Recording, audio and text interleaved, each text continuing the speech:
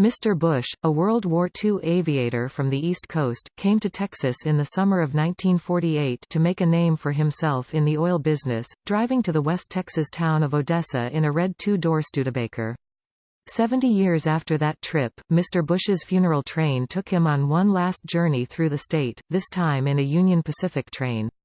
Named Union Pacific 4141, the train traveled 70 miles through Magnolia, Navasota and other small towns, led by a 4,300 horsepower locomotive painted blue, gray and white to echo the colors of Air Force One. Members of the Bush family were on board.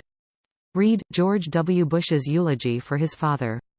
Arranged for a man who had been America's oldest living ex-president, Mr. Bush's locomotive procession gave his long-planned memorial services a throwback touch, evoking the presidential funeral trains for Abraham Lincoln in 1865, Franklin Roosevelt in 1945 and Dwight Eisenhower in 1969.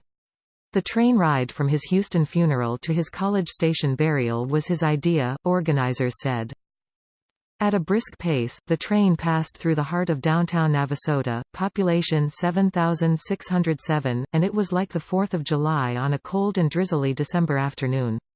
People stood by the tracks as the train's horn blared, waving, taking pictures and holding aloft American flags. Children sat on their parents' shoulders to get a better look, and downtown buildings were decorated with red, white and blue bunting and a sign reading, President George H.W.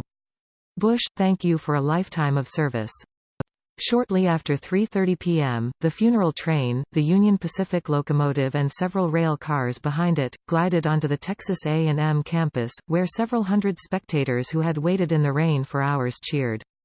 Floor-to-ceiling windows in one of the rail cars allowed people on both sides to view the coffin inside. As a university band played Hail to the Chief and the Aggie War Hymn, a special request by Mr. Bush, a devoted fan of all things Aggie, as A&M's students and sports teams are known, the coffin was lowered from the train by an honor guard of pallbearers, carried past Bush family members and placed into a waiting hearse.